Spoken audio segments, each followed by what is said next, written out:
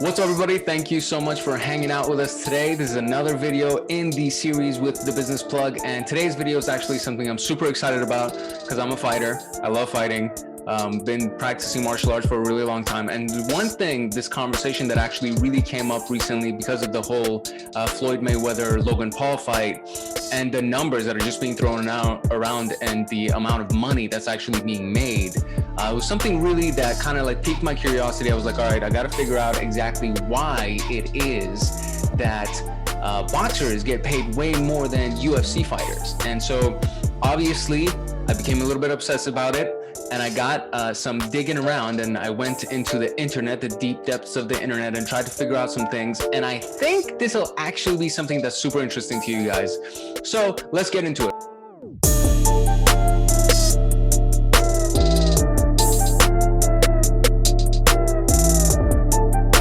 All right, so first, to kind of give you guys a little bit of a frame of reference, we're going to look at the top 10 highest paid fights or fighters in the UFC, and we're going to compare them to the World Boxing Association, the actual boxers. And I'm going to give you a little bit of a spoiler. Obviously, there's more being paid out to boxers than it is in the UFC, but it's kind of crazy when you look at these numbers, and I mean, it's pretty drastic. So if you don't know who this guy is, you've probably been like living under a rock or something, because he's pretty much been everywhere. This is Conor McGregor that's on the screen right now, and he's the highest paid UFC fighter of all time. That's why he's like the featured image in this article, right? But if we look at the top 10, so let's zoom in on this a little bit.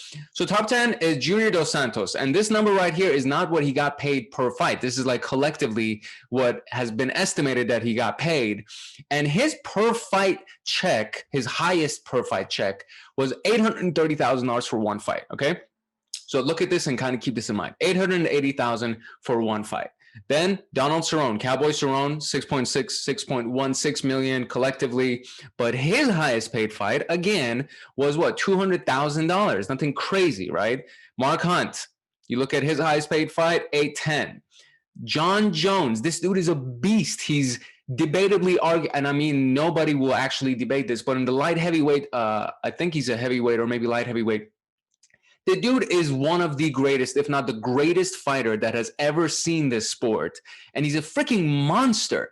And when you look at the highest paid check that he got for a fight, 580, it's nothing, man. It's nothing compared to what people have been getting paid. And this is actually one of the reasons why he just decided to step away, because he's like, yo, man, I'm like literally one of the best fighters the world has ever seen, and you guys are paying me chump change compared to what some of these boxers are getting paid. George St. Pierre, he's a karate guy. I'm a karate guy, so I really like this guy. I have like a certain affinity for George St. Pierre, and he's one of the higher paid ones. So for one check, for one fight, he took 2.5 million in.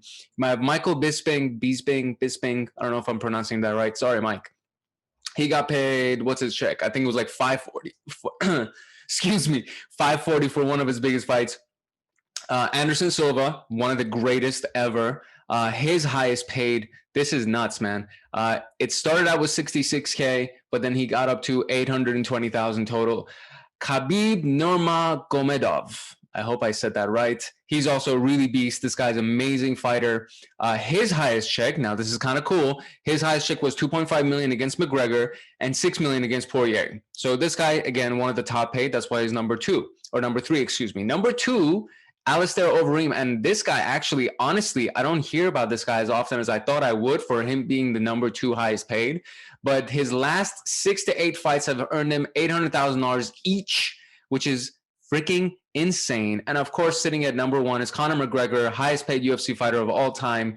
And his checks are a little bit similar to boxing checks, because this guy was just great at doing a box office draw. He was really great at selling tickets to PPV, pay-per-view. So his biggest was 3 million, I think, for the fight with Khabib. But total for that fight, I think he got like around 50 million, because he got portions of the pay-per-view sales and so on and so forth. And when he fought Cowboy Cerrone, Donald Cerrone, this is like his estimate, right? His own estimate, saying that he made something around 80. When he fought Mayweather, he made like some crazy money as well. So he's naturally the highest paid MMA fighter of all time. Okay, so this is kind of just to give you an idea of what some of these checks actually look like. All right, so now let's go into the boxing world. So the boxing world is drastically different. So we have Anthony Joshua, heavyweight of the world, heavyweight champion of the world. He got paid some pretty big checks. We're going to look at some of the biggest, highest paid checks of all time. So you have Evander Holyfield and Mike Tyson. They call it the bite fight because he bit off like a chunk of Evander Holyfield's ear. So Evander Holyfield, I believe, got 35. Mike Tyson got 30 million. This is like one of the lower paid ones, guys. 35 million was paid to Holyfield, 30 to Mike Tyson. You got the next one. You got Oscar De La Hoya versus Floyd Mayweather. De La Hoya got 52 million for that fight. It's not stated over here what Mayweather got paid. Let's see. Main attractions and taking home more than 50 million of the 130 earnings. So I'm guessing Mayweather got a pretty big check too. Next one is Canelo Alvarez versus Floyd Mayweather. Floyd's take home was over $100 million for this fight. Pretty crazy. The numbers just get crazier after this. This is Anthony Joshua versus Andy Ruiz.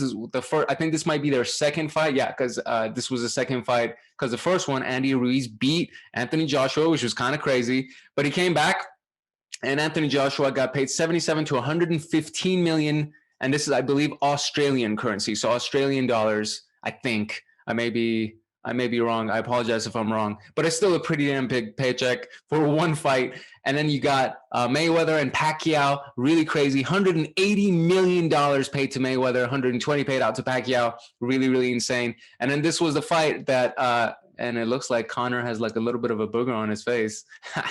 Floyd Mayweather versus Conor McGregor, and Mayweather got 275 million estimated, and McGregor got 85 million estimated. So you're looking at these numbers, right? So, and it's like, it's drastic. It's really freaking ginormous, the difference in these paychecks.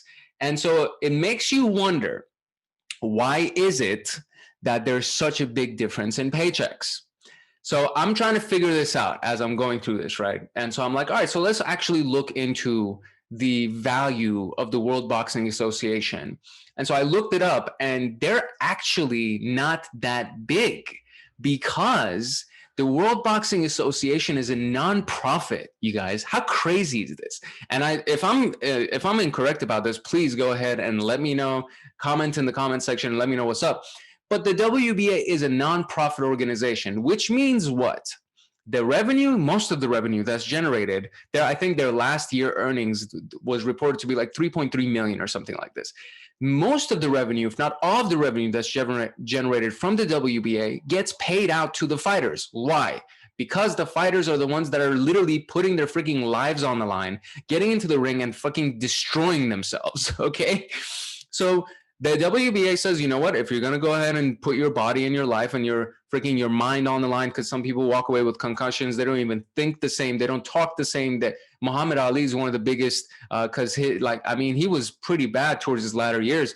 So you're looking at these people that are really putting their bodies and their lives on the line. So they should get paid accordingly. And I think this is a very respectable approach. This is a very respectable thought process from the WBA.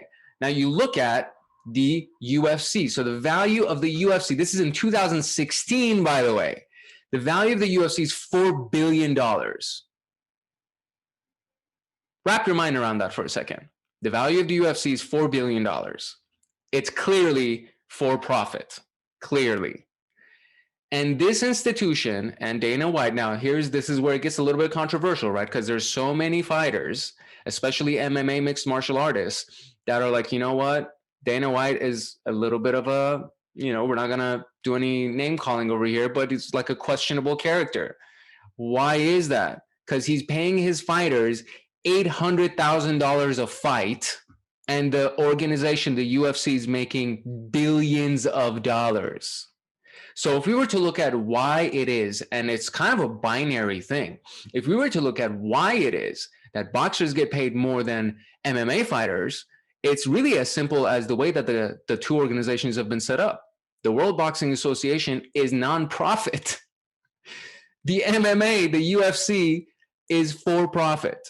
And so if you're a for-profit organization, you want to make money, you want to make money for your investors and all these different kinds of things. Obviously, you're trying to keep a big portion, the lion's share of the revenue and all the money that's generated But if you're not for profit, if you're a nonprofit, then obviously you're trying to make all the money to the actual fighters that are getting in the ring. So what does this mean? And I'm not here trying to start any fights, right? I'm not here trying to start any kind of controversy or commotion. But it is kind of interesting to me that you have a nonprofit that pays its fighters hundreds of millions of dollars, and then you have a for-profit that's taking the bulk of the money that's being generated. So now, if I was a fighter, I'm looking at these two numbers and I'm looking at just the organizations and the way that they're set up. Yeah, it's not as intense when you're fighting. It's when you're just using your hands, it's not as big of a challenge, let's say. Or maybe some will argue that it is a much bigger challenge if you can only use your hands and you're not using your legs or grappling or anything like that. So if I'm a fighter and I'm looking at this, surely for profit potential, it's not even close, right? It's like as a freaking amateur fighter, you could, as an amateur boxer, you could probably get paid more in a boxing arena, in a boxing platform, than you would in a UFC platform. And some of the startup checks is 60 grand, 50 grand for MMA fighters. So it's like, dude, why would I even put myself through all that, get fucked up just to come back and be like, man, I only made 50 grand. I don't know. But to each their own, right? I'm not here to try to stir up any controversy or anything, but basic observation that I'm making. So I would love to hear what you think about this. If you would disagree with me, if you agree with me, if there's anything that you can comment on that you can contribute to this conversation, I would love to hear about this conversation. As you can tell, I'm super stoked about it because I really love fighting and I just love the world of martial arts. And I think this is a really interesting piece of information.